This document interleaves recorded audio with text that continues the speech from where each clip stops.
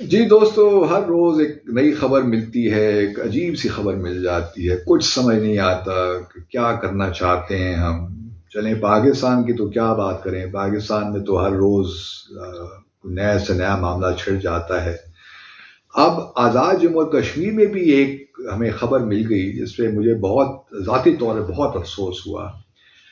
وہاں کی جو لیجسلیٹو اسمبلی ہے، انہوں نے 29 مارچ کو ایک قرارداد پاس کی ہے، اور قرارداد بڑی انٹرسٹنگ ہے۔ اس سے پہلے آپ کو یاد ہوگا کہ میں نے آپ کو بتایا تھا کہ امیت شاہ جو ہوم منسٹر ہیں بھارت کے، انہوں نے ایک بیان دیا تھا کہ ہم چاہتے ہیں کہ ایک کوریڈور بنائیں، کرتارپور کوریڈور کی طرح، جو کہ مقبوضہ جموں اور کشمیر کو اور آزاد جموں اور کشمیر کو ملائے، کیونکہ وہ وہاں پہ شاردا پیٹھ ہے آج جموں اور کشمیر میں، تو وہ ان کے لیے اس کی ایک مذہبی امپورٹنس ہے۔ جو ہندو ہیں یا کشمیری پنڈتس ہیں تو ان کے لیے ایک کوریڈور بنایا، جیسا سکھوں کے لیے بنایا گیا ہے اس طرح ان کے لیے بھی ہونا چاہیے۔ تو شاید اسی پروپوزل سے متاثر ہو کر ہماری جو آزاد جموں اور کشمیر کی اسمبلی ہے، انہوں نے ایک قرارداد پاس کر دی۔ انہوں نے کہا جی ہاں، کوریڈور تو ہونا چاہیے، بڑا ضروری ہے۔ اب یہ ہمارے جو ماشاءاللہ ممبران ہیں اور یہ سارے کشمیری ہیں، میں تو حیران ہو گیا۔ اور یہ کشمیری یہ جو پروپوزل یا یہ جو آئیڈیا آیا، یہ عوامی مسلم لیگ جو شیخ رشید احمد صاحب کی ہے، ان کے پارٹی کے ایک ممبر ہیں، بٹ مجھے نام ان کا اس وقت یاد نہیں آ رہا، انہوں نے یہ پروپوزل ریزولوشن پیش کی اور سب نے اس کو متفقہ طور پہ وہ بھی کر لیا، اڈاپٹ بھی کر لیا۔ اب یہ بات نہیں سوچتے کہ کرتارپور کوریڈور جو ہم نے بنایا ہے وہ تو انٹرنیشنل بارڈر ہے پاکستان اور بھارت کا۔ اس میں تو چلیے ہم نے ایک خاص ارینجمنٹ کی اور اس میں ہم نے ایک میکنزم ایک ڈیولپ کیا اور وہ بن گیا۔ یہاں تو کوئی ہمارا انٹرنیشنل بارڈر نہیں ہے۔ ہم تو چاہتے ہیں کہ یہ جو لائن آف کنٹرول ہے یہ بھی نہ رہے، اور کشمیریوں کا ان کو حق خود ارادیت ملے، تاکہ یہ جتنے بھی مقبوضہ کشمیر ہے یا آزاد کشمیر ہے یہ ایک ہو جائیں۔ اب آپ کوریڈور کی باتیں کر رہے ہیں، اور امت شاہ نے جو بات کی آپ اس کو ہی ری انفورس کریں، میری سمجھ سے یہ بالا تر ہے۔ کہنا تو آپ کو یہ چاہیے تھا، جو میں کہتا رہتا ہوں، کہ اگر بھارت اتنا ہی دلچسپی رکھتا ہے پاکستان کے ساتھ تعلقات ٹھیک کرنے میں، ان کو نارملائز کرنے میں، تو سب سے پہلے کام تو یہ آپ کریں نا کہ بھارت سے کہیے کہ جو 2005 کا مثال کے طور پر جو CBM تھا کشمیر ریلیٹڈ، کہ ٹورزم ہوگا، کشمیر سے مقبوضہ کشمیر سے لوگ ادھر آئیں گے، آزاد کشمیر سے لوگ ادھر جائیں گے، پہلے تو اس کو بحال کرے۔ پھر 2007 کا جو ٹریڈ کا معاملہ تھا دونوں کشمیر کے درمیان، آزاد جموں اور کشمیر اور مقبوضہ جموں اور کشمیر، اس کو بحال کرے۔ اس پہ تو آپ بات نہیں کرتے، اور آپ بات کر رہے ہیں کوریڈور کی۔ میں مطلب سمجھنے سے قاصر ہوں کہ یہ کیوں اس قسم کے جو ہے آئیڈیاز ہمارے ذہنوں میں آتے ہیں۔ میں اب اس نتیجے پہ پہنچا ہوں کہ بہت سے شاید ہمارے جو کشمیری جو ہمارے بیٹھے ہیں لوگ اسمبلی میں، ان کو کشمیر کے تنازع کا علم ہی نہیں ہے، اور وہ اس کی تاریخ کو جانتے ہی نہیں ہیں۔ تو میرا مشورہ یہ ہے بیرسٹر سلطان صاحب کو، جو پریزیڈنٹ ہیں، اور پھر جو رانا صاحب ہمارے ہیں وزیر اعظم صاحب، کہ خدا را ان ممبران کے لیے کوئی ورک شاپ ہی کروا لیں کشمیر ڈسپیوٹ پہ، 2-3 روز کی ورک شاپ کروائیں، ان کو ذرا ہسٹری بتائیں کہ کشمیر کا تنازع ہے کیا، اس کا UN کا ٹیمپلیٹ کیا ہے، کس طرح یہ ہوا، کیا سارے معاملات ہیں، اور کس طرح ہم نے اس کو حل کرنا ہے۔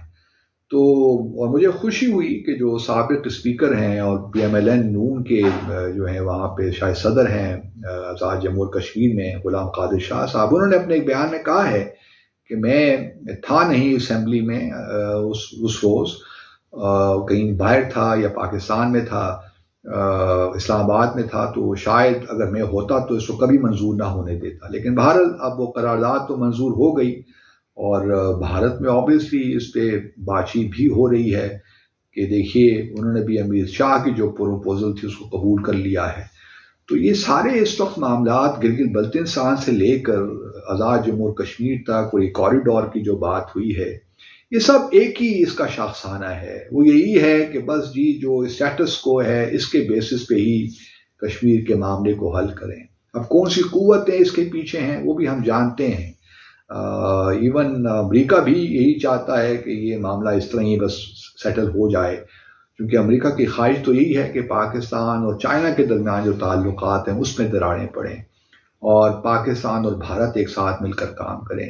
اب مثال کے طور پر کل ہمارے وزیر خارجہ نے ایک افطار پارٹی کر دی، اس میں وہ جو ہیں بھارت کے ناظم الامور بھی آ گئے، تو اس کو بھی ایک اتنی بڑی چیز کر کے پیش کر دیا گیا کہ بہت پتہ نہیں کیا ہو گیا ہے، بھارت نے کیا زبردست کام کیا، ناظم الامور تشریف لے آئے اور ہمارے وزیر خارجہ نے انوائٹ کیا.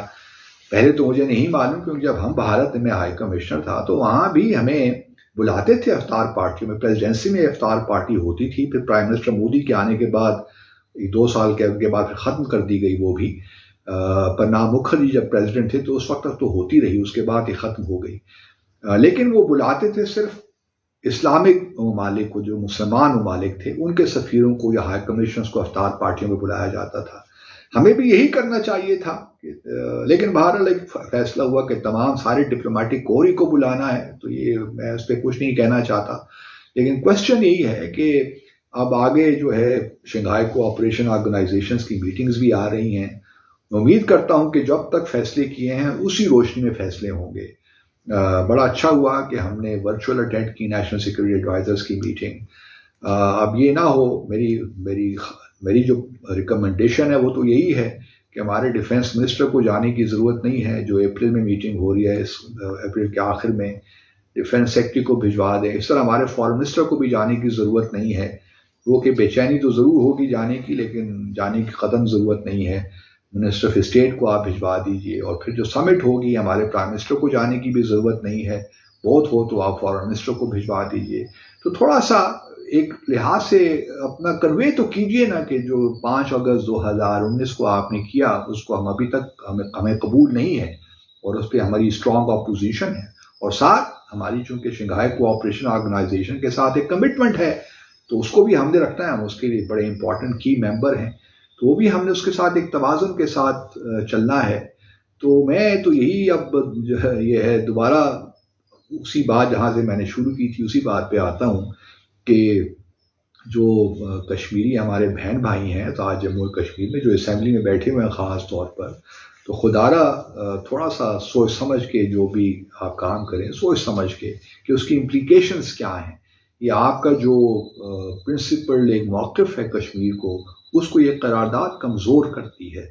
آپ کو کوریڈور کی ضرورت نہیں ہے. آپ پہلے اگر بات کرنی ہے تو جو Kashmir related C B Ms ہیں ان کی بات کریں، اور دیکھیے کہ بھارت کیا جواب دیتا ہے آپ کو. تو پھر اس بات میں کچھ راستہ ہم بنائیں گے کیا ہو سکتا ہے. تو اس قسم کی جو قراردادیں ہیں اس سے اجتناب کریں. ان سے کوئی فائدہ آپ کو نہیں ہوگا، بلکہ مزید پرابلمس آپ کے لیے بھی اور ہمارے لیے بھی، پاکستان کے لیے بھی بڑھیں گے. اور پھر جو مقبوضہ جموں اور کشمیر کے لوگ مسلسل قربانیاں دے رہے ہیں، وہ کیا دیکھتے ہوں گے اور سوچتے ہوں گے ہمارے متعلق کہ کیا لوگ ہیں. وہ شعر بھی یاد آتا ہے کہ تم تیز ہواؤں میں بکھر کیوں نہیں جاتے، ہم لوگ بھی کیا لوگ ہیں، مر کیوں نہیں جاتے. شکریہ.